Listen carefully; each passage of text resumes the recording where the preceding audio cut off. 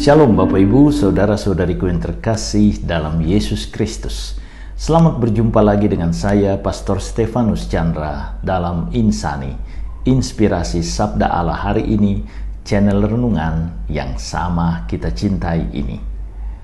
Adapun tema renungan kita pada hari ini, 28 Maret 2022 adalah percaya.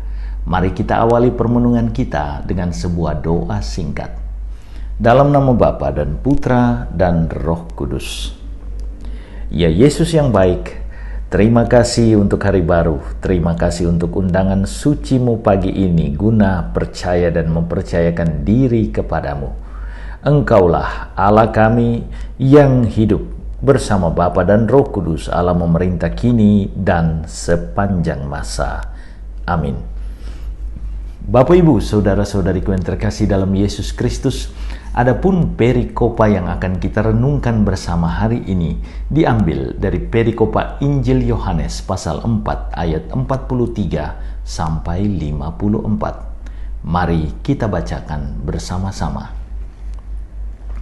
Dan setelah 2 hari Yesus berangkat dari sana ke Galilea, sebab Yesus sendiri telah bersaksi bahwa seorang nabi tidak dihormati di negerinya sendiri. Maka setelah ia tiba di Galilea, orang-orang Galilea pun menyambut dia, karena mereka telah melihat segala sesuatu yang dikerjakannya di Yerusalem pada pesta itu, sebab mereka sendiri pun turut ke pesta itu. Maka Yesus kembali lagi ke Kana di Galilea, di mana ia membuat air menjadi anggur, dan di Kapernaum ada seorang pegawai istana, anaknya sedang sakit. Ketika ia mendengar bahwa Yesus telah datang dari Yudea ke Galilea, pergilah ia kepadanya lalu meminta supaya ia datang dan menyembuhkan anaknya, sebab anaknya itu hampir mati. Maka kata Yesus kepadanya, "Jika kamu tidak melihat tanda dan mujizat, kamu tidak percaya." Pegawai istana itu berkata kepadanya, "Tuhan, datanglah sebelum anakku mati." Kata Yesus kepadanya, "Pergilah, anakmu hidup." Orang itu percaya akan perkataan yang dikatakan Yesus kepadanya, lalu pergi. Ketika ia masih di tengah jalan, hamba-hambanya telah datang kepadanya dengan kabar bahwa anaknya hidup. Ia bertanya kepada mereka pukul berapa anak itu mulai sembuh. Jawab mereka, "Kemarin siang, pukul 1 demamnya hilang." Maka teringatlah ayat itu bahwa pada saat itulah Yesus berkata kepadanya, "Anakmu hidup." Lalu ia pun percaya, ia dan seluruh keluarganya. Dan itulah tanda kedua yang dibuat Yesus ketika ia pulang dari Yudea ke Galilea. Bapak Ibu, saudara-saudariku yang terkasih dalam Yesus Kristus, bacaan Injil hari ini bercerita tentang Yesus yang kembali ke Galilea setelah beberapa saat berada di Yudea. Dia balik ke Kapernaum di tepi danau Galilea. Di sana ia didatangi oleh seorang pegawai istana.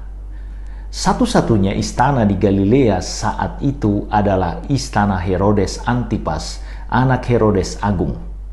Maka besar kemungkinan sang pegawai istana termasuk kelompok Herodian yang juga berseberangan dengan Yesus. Kelompok ini sangat loyal dengan Herodes dan Kaisar Romawi yang menjajah Israel saat itu. Kita bisa ingat bagaimana kelompok ini berusaha menjebak Yesus berkaitan dengan masalah pajak. Injil Matius pasal 22 ayat 16-17. Kelompok ini tidak menyukai Yesus. Dihadapkan dengan kondisi yang dihadapi oleh anaknya yang sakit parah, sang pegawai istana datang kepada Yesus yang diketahuinya sebagai tabib yang ajaib. Walau banyak ketidakcocokan dengan Yesus berkaitan dengan kebijakan kelompoknya, sang pegawai menanggalkan perbedaan itu dan datang kepada Yesus demi keselamatan anaknya. Ia rela diacuhkan bahkan ditolak oleh Yesus demi anaknya. Ia hanya mempunyai secerca harapan. Yesus mau menyembuhkan anaknya. Maka di hadapan Yesus, sang pegawai istana memohon dengan sangat, Tuhan, datanglah sebelum anakku mati. Pernyataannya ini dan permohonannya adalah sebuah pengakuan iman. Yesus baginya bukan lagi sekedar tabib yang ajaib, tetapi Tuhan Allah yang patut disembah dan dimuliakan. Karena hanya Allah yang mampu memberi hidup dan mengambilnya dari manusia. Imannya kepada Yesus sebagai Mesias yang dari Allah atau Allah sendiri terbayar lunas dengan kesembuhan anaknya. Semua orang Israel percaya bahwa Allah sanggup melakukan segala perkara. Hal yang mustahil sekalipun dalam pandangan manusia sanggup untuk dilakukan oleh Allah, termasuk menghidupkan orang mati. Kesembuhan anaknya dari sakit sangat berat bertepatan dengan pengucapan kata-kata Yesus, "Pergilah, anakmu hidup," Yohanes 4 ayat 50. Membuat si pegawai istana yakin bahwa Yesus sungguh Mesias dari Allah. Sebagai tanda sukacitanya yang besar, ia dan seluruh keluarganya percaya kepada Yesus. Kesembuhan akhirnya dialami secara total oleh keluarga ini.